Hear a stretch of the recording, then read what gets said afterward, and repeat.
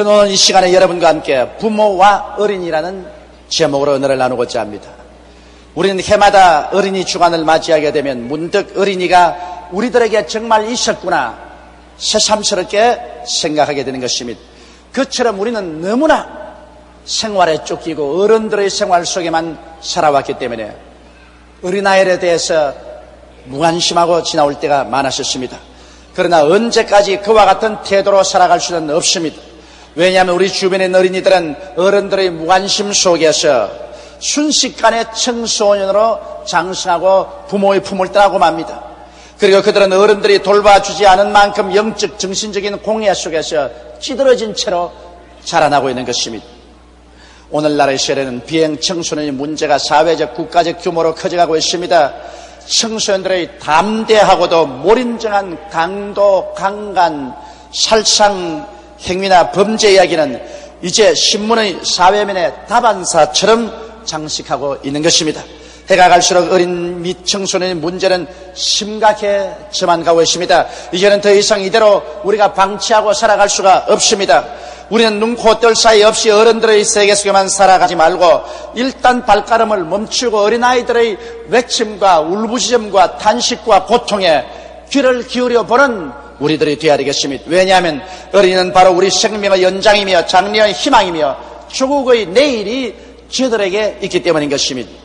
우리는 먼저 이 성경 가운데서 하나님이 어린아이에 대해서 어떻게 생각하고 계신지 알아봐야 되겠습니다. 우리들이 집에서 기르는 자녀들에 관해서 하나님은 무엇으로 생각하고 계시는가? 이 사실은 시편 127편에 상세하게 기록되어 있습니다. 성경에는 자식은 야훼의 주신 기업이라고 말했습니다. 자식은 우리의 소유물이 아닙니다. 천지와 만물을 지으신 야훼 하나님께서 우리에게 맡겨준 기업이다. 그러므로 하나님의 것을 우리가 일시적으로 맡아서 돌볼 따름인 것입니다. 요사이 신문에 보면 가끔 어머니나 아버지가 생활에 비관해서 자살할 때 어린아이들을 동반해서 죽는 사건을 봅니다. 마치 어린이가 자기 개인의 소유물처럼 생각하고 자기가 싫은 세상, 어린아이도 싫을 것이라 생각하고 무력한 어린이를 죽입니다. 이것은 중대한 범죄입니다. 자기가 낳았다고 해서 자기 자식이 아닙니다. 하나님께서 우리에게 맡겨준 기업인 것입니다. 이러므로 어린이는 하나님께로 받은 선물이기 때문에 언제나 하나님 앞에서 길러야 됩니다. 성경은 말하기를 그 어린아이를 돌보는 천사가 매일같이 하늘에 계신 아버지를 만나본다고 예수님이 말씀하셨습니다. 그런데 이 어린이를 하나님께서는 희한한 말로 표시했습니다. 사랑하는 자녀라 이렇게 말하지 않냐시고 하나님이 주신 기업이라고 말했습니다. 기업이라는 것은 영어로는 헤리티지라는 것으로서 상속물이다. 산업을 말하는 것입니다. 여러분, 기업이라는 것은 우리가 먹고 살기 위해서 경영하는 사업을 말하는 것입니다. 기업을 잘 운영하려면 돈을 투자를 많이 해야 되고 시간을 들이고 몸을 들이고 그리고 열심히 경영을 해야 기업이 잘 되는 것입니다. 그런데 성경에는 어린 자녀가 바로 하나님이 여러분과 나에게 주신 기업이라고 말했었습니다. 이것은 인간으로 생각할 수 없는 말인 것입니다. 그러므로 기업을 돌보듯이 우리는 시간을 투자하고 물질을 투자하고 몸과 마음을 투자하고 열심히 경영해서 자녀를 키우라는 것입니다.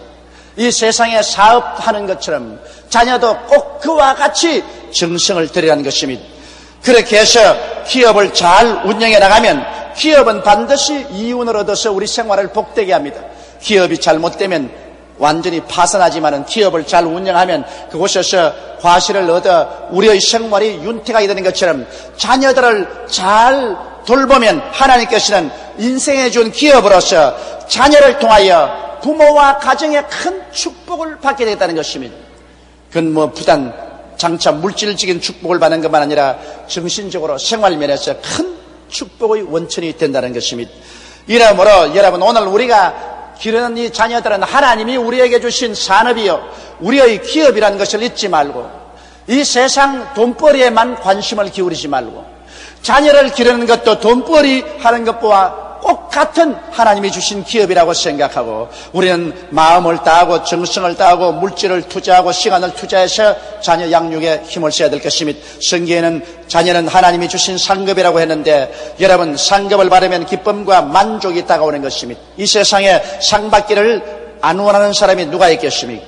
잘 기른 어린이는 일생 부모에게 기쁨과 자랑과 만족스러운 상급이 되는 것입니다. 그뿐 아니라 성경은 어린 자녀를 잘 키워놓으면 이는 장사의 수중에 화살 같듯이 장사가 그 전통에 화살이 가득하고 활을 들고 있으면 그가 어떠한 험한 길을 걸어가도 두렵지 않고 원수가 와도 무섭지 않습니다. 왜냐하면 곧장 화살을 뽑아서 시위에 먹여 쏠 수가 있기 때문인 것입니다. 바로 자녀는 이 장사의 전통에 있는 화살 같은 것입니다. 우리가 자녀들을 잘 양육해 놓으면 이 자녀들이 세상에 살 동안에 우리에게 큰 의지가 되고 그리고 원수에게 무시당하지 않게 된다는 것입니다. 하나님께서 우리에게 주신 자녀는 하나님은 이렇게 평론을 하고 있는 것입니다. 그러므로 여러분, 우리는 자녀를 볼 때 하나님께서 우리에게 주신 귀한 선물로 생각하고 우리의 기업이요, 우리의 상급이요, 또 우리 장차 원수와 말할 때 무시당치 않은 전통의 화살 같다는 것을 알고서 감사히 받아들여야 될 것입니다.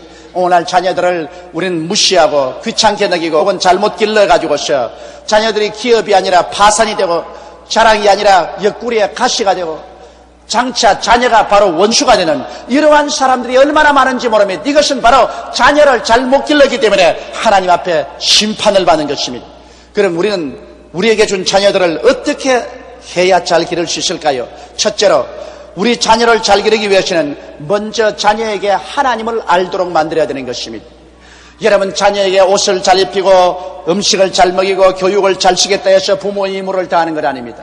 사람이 온 천하를 다 얻고도 자기의 목숨 하나 잃으면 무엇이 유익하리요? 사람이 자기의 목숨과 무엇과 바꾸겠냐고 말한 것입니다.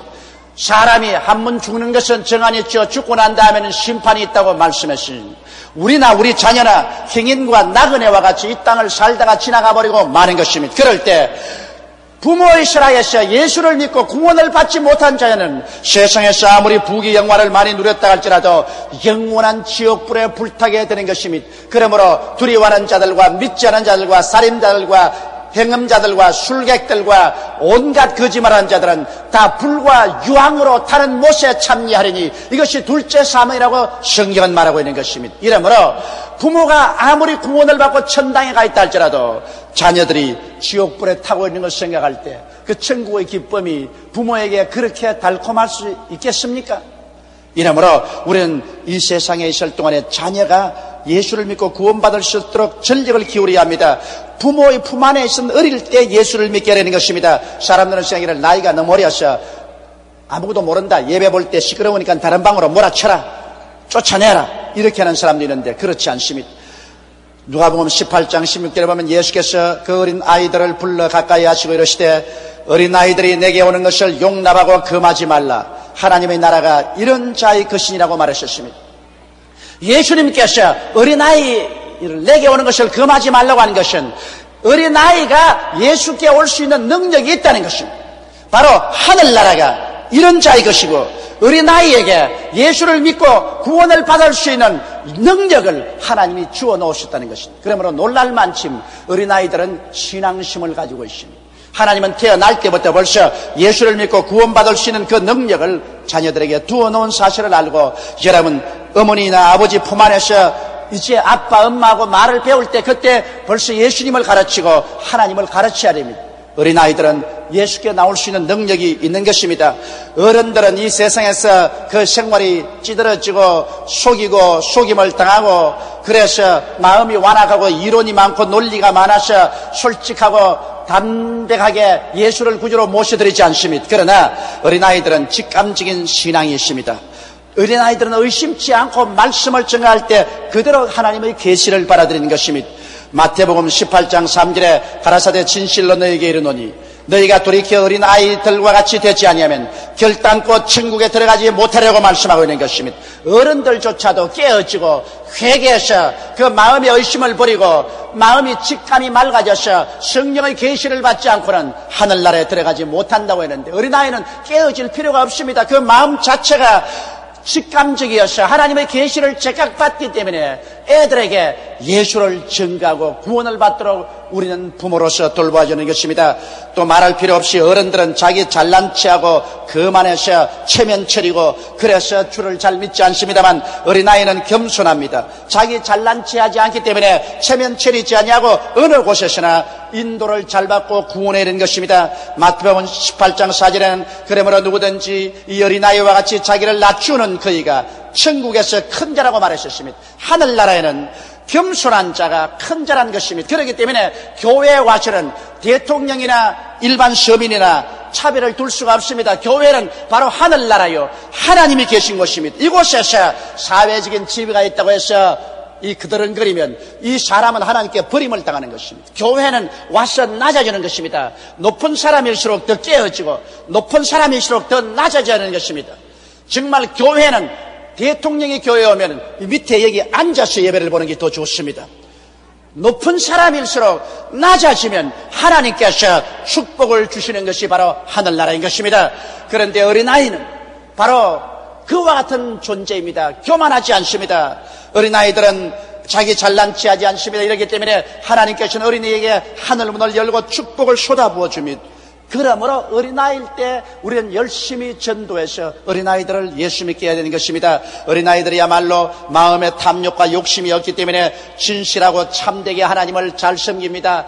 어른들은 교회 와서 예배를 드리더라도 진실한 마음이 없이 욕심이 꽉 들어차서 하나님을 이용하고 복이나 받으려고 탐욕으로 섬기는 사람 많습니다. 그러나 어린이들은 그렇지 않습니다. 누가복음 18장 17절에 보면 내가 진실로 너희에게 이르노니 누구든지 하나님의 나라를 어린아이와 같이 받들지 않는 자는 결코 들어가지 못하리라고 말씀한 것입니다. 그러므로 여러분, 우리는 어린아이들이 하나님께서 특별히 구원하기로 작정하고 여러분과 내게 맡겼다는 사실을 잊어서는 안 되는 것입니다. 잠언서 22장 6절에는 마땅히 행할 길을 아이에게 가르치라. 그리하면 늙어도 그것을 떠나지 않냐라고 말하셨습니다. 어린아이는 대개 1살에서 6살까지가 그들의 사고와 인격이 다 완성이 됩니다. 그 기반 위에서 자라는 것입니다. 그렇기 때문에 어릴 때 여러분이 그 마음속에 예수를 믿게 하고 하나님을 섬기게 하면 100살이 되어도 그것을 떠나지 않습니다. 이스라엘의 위대한 지도자 모세는 그가 어릴 때 어머니 품속에서 젖을 먹으면서 하나님에 대한 것을 배우고 난 다음에는 그가 젖을 떼자 바로의 딸의 아들로서 바로궁으로 데려가서 그곳에서 애굽의 문물을 다 배웠었습니다. 그러나 어릴 때 그에게 어머니가 심어준 예수 그리스도의 그 교훈이 떠나질 않았었습니다. 이래서 40이 될 때 민족을 해방하려고 혁명을 일으켰다가 실패하고 미디안 광야에 들어가서 80이 될 때까지 그곳에 살았지만은 어릴 때 배운 그리스도의 복음이 그 마음속에 떠나지 아니하셔 결코 80에 그런 하나님의 지시를 받고 일어나서 300만 이스라엘 백성을 애굽의 종살이에서 구출할 수가 있었던 것입니다.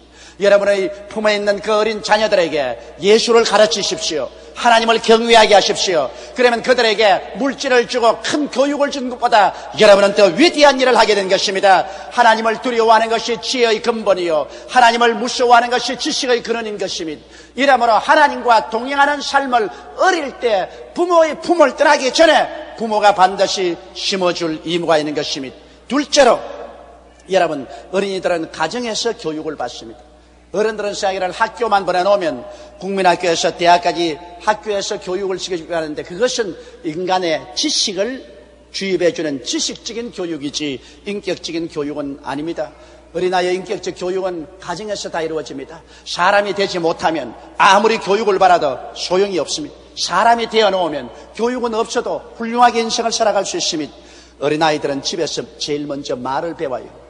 여러분, 말이 얼마나 무서운 힘인지 압니까? 성경에는 내 입의 말로 내가 묶였으며 내 입의 말로 내가 사로잡힘을 받았다 했습니다. 나쁜 사람 나쁜 말하고, 악한 사람 악한 말하고, 더러운 사람 더러운 말하고, 추한 사람 추한 말하고, 고운 사람 고운 말하고, 점잖은 사람 점잖은 말하는 것입니다.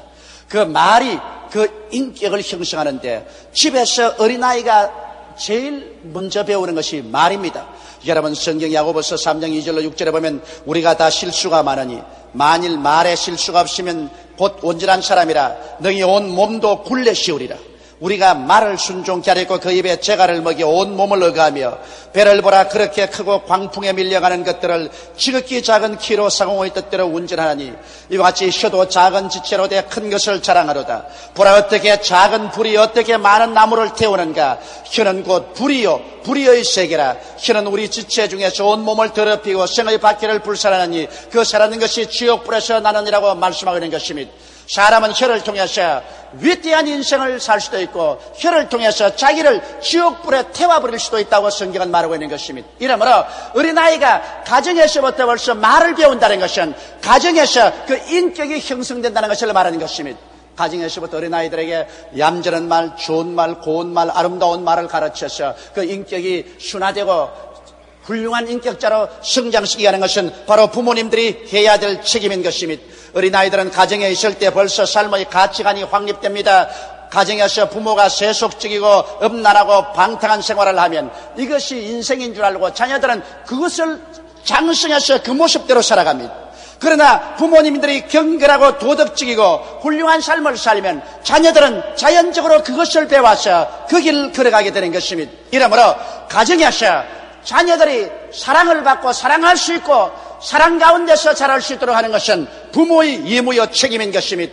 어린아이들은 부모를 삶의 모델로 삼습니다. 아버지가 횡포하면 그 자식이 자라서 나도 결혼하면 아내를 때리고 발길로 차는 횡포하는 것이 삶의 모델인가 생각합니다. 어머니가 치맛바람을 날리고 그냥 아버지를 못살게 굴고 집안에서 어머니가 막 뛰어들면 그 딸도 자라면서 아하 시집가면 저렇게 사는가 보다 그렇게 합니다. 희한하게 제가 30년의 목회를 하면서 수많은 가정에 이혼하는 것을 보았는데 그 이혼을 하고 그 가정에서 그렇게 슬픔을 당한 자녀들이 절대로 이혼하지 싶은데 이혼 안 한 가정보다도 이혼한 가정에서 자란 자녀들이 나중에 성장해서 자녀 시집가서 쉽게 또 이혼을 하더라는 것입니다.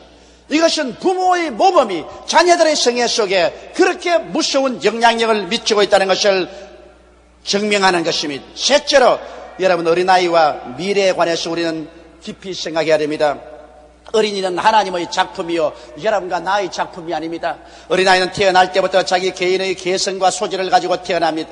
제가 장애장의 날에 경북 안동에 있는 지인아 교육학교를 방문했었습니다. 그곳에서는 소위 말하는 바보 천치들만 모아놓고 교육을 시키는 곳입니다. 몸은 다 컸으나 마음은 어린아이입니다. 여러분 거기 교장 선생님 말을 들으니까 거기에 있는 어린아이들에게 수도꼭지를 틀었다가 닫는 것 이거를 가르치는데 3000번을 가르쳐야 수도꼭지를 닫았다가 열 수 있다는 것입니다. 그렇게 지능적으로 지진되어 있습니다. 그럼에도 불구하고 한 가지 놀라운 것은 지능은 지진이지만은 그들에게 본능적으로 하나님이 인생을 살아갈 소질을 주었다는 것입니다. 한 가지 소질이 있는데 그 소질을 개발해주면 기가 막힌 일을 한다는 것입니다. 거기에 있는 이 학생이 수를 낳는데 그 수 놓는 솜씨가 얼마나 좋던지 여자대학교에서 가정과에서 전문으로 수를 놓는 이 학생보다 수를 더 잘 놓는다는 것입니다. 목각을 하는 사람은 정말 전문으로 목각을 하는 사람만치 목각을 잘해요. 머리는 완전히 바보지만은 그러나 하나님께서는 버리지 아니하고 먹고 살아갈 수 있는 소질을 그들에게 주어놓고 있다는 사실을 알고 저는 깜짝 놀랐었습니다. 여러분 오늘날 우리가 자녀를 키울 때 그 자녀 속에 있는 개성과 소질을 살려줘야 되는 것입니다. 무조건하고 개성도 소질도 다 짓눌러버리고 이놈아 출세해라 인류 고등학교에 인류 대학에 들어가서 출세해라. 자기는 대통령도 못 되었으면서 자식 보고는 대통령 되라 판사 되라 검사 되라. 되고 싶으면 쥐가 되지 왜 자식 보고 되라 그러냐. 자기도 못된 것을 자녀에게 막 억압을해서 자녀들이 수고하고 무거운 짐을 지고 그의 생활이 병들어가고 삐뚤어져가고 있는 것입니다. 이러므로 오늘날 자녀들의 개성과 소질을 살려주는 교육을 해야지. 출세 일변도로 부모의 욕망의 희생물로 여러분 절대로 삼지 마십시오. 저는 내 자식 서희를 길렀지만은 절대로 출세하라는 말 안 합니다. 내 개인의 욕망을 애에게 덮어 씌워서 그대로 하라고 저는 말하지 않습니다. 나는 애들에게 늘 하는 말이 있습니다. 인생이란 뭐냐? 밥 먹고 사는 거다. 예수 잘 믿고 몸 건강해서 밥 먹고 살면 그로써 인생은 다 된 것이다. 그게 뭐 대통령이 된다, 장관이 된다, 높은 사람이 된다, 그것은 다 걸치는 액세서리에 불과하고 며칠 후 다 벗어버리고 간다. 그러므로 예수 잘 믿고 몸 건강하고 밥 먹고 사는 것이 인생이다. 그러면 요새 애들이 웃습니다. 그러나 나도 옛날에 웃었으니까. 옛날에 나도 우리 아버님께서 저보고서 그런 말씀을 하셨습니다. 나는 폐병이 걸리고 정상 교육을 못 받고 좌절되고 낙심했을 때 아버님께서 저보고 용기야, 그 좌절하고 낙심하지 마라. 인생이란 뭐냐? 밥 먹고 사는 거다. 그래서 아버지가 못났어. 다른 사람처럼 해주지 못하니까 솔직히 못한다 그러시지 무슨 밥 먹고 사는 게 뭐냐? 인생이란 근사한 그 무엇이 있겠지. 그런데 50을 살아온 저도 인생 살아온 것을 살펴보니 밥 먹고 사는 것밖에 아무것도 없어. 그래서 저도 애들 갖다 놓고 야 임마, 하나님 잘 믿고 몸 건강하면 제일이다. 밥 먹고 사는 것이다. 애들 그렇게 괴롭히지 마십시오. 인생은 밥 먹고 사는 겁니다. 그래서 그들 속에 있는 소질을 살펴주십시오. 그것을 개발시켜 주십시오. 자녀들을 못한다고 좌절하고 낙심시키지 마십시오. 나는 에디슨 어머니를 존경합니다. 에디슨이 국민학교 갔을 때 국민학교 여선생이 애들에 가르쳤습니다. 하나 보태기 하나는 둘이다. 다른 애들은 하나 보태기 하나는 둘이었는데 에디슨 선생님, 어떻게 하나 보태기 하나가 둘입니까? 그것은 하나 보태기 하나는 둘이 될 수 있고 하나 보태기 하나는 하나도 될 수 있습니다. 그게 무슨 말이냐? 고양이 보태기 쥐는 고양이가 쥐를 잡아먹어버리기 때문에 하나밖에 안 남습니다. 그러니 어떻게 하나 보태기 하나는 반드시 둘이 됩니까? 하나 보태기 하나는 하나가 될 수도 있습니다. 선생이 하도 기가 막히고 얘는 바보라고 생각하고 부모를 불러서 얘 바보는 못 가르친다고 그랬습니다. 그때 그 어머니가 우리 아이는 바보가 아닙니다.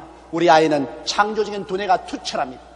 어머니가 그 아를 좌절시키지 않고 소질을 개발시켜서 역사상 최대의 발명왕을 만들어 놓은 것입니다. 여러분의 자녀가 세상 사람 보기에는 바보 같지만은 그러나 하나님은 그들에게 다른 사람이 갖지 않은 소질을 넣어주고 있다는 것을 아시기를 바랍니다. 이 숨은 보화, 이 숨은 소질을 개발해서 살려주십시오. 그래야만 그 아이들이 그 소질을 가지고 위대한 일을 할 수가 있습니다.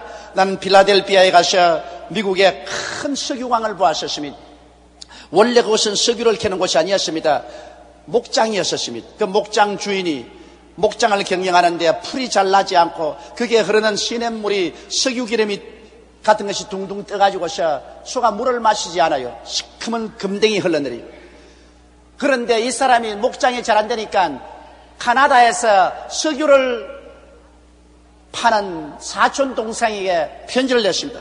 나 석유 파는 곳에서 기술자로 일하게 해달라. 그래서 사촌 동생의 지도를 받아서 열심히 책을 사서 읽어서 석유 시추의 전문 기술을 배웠습니다.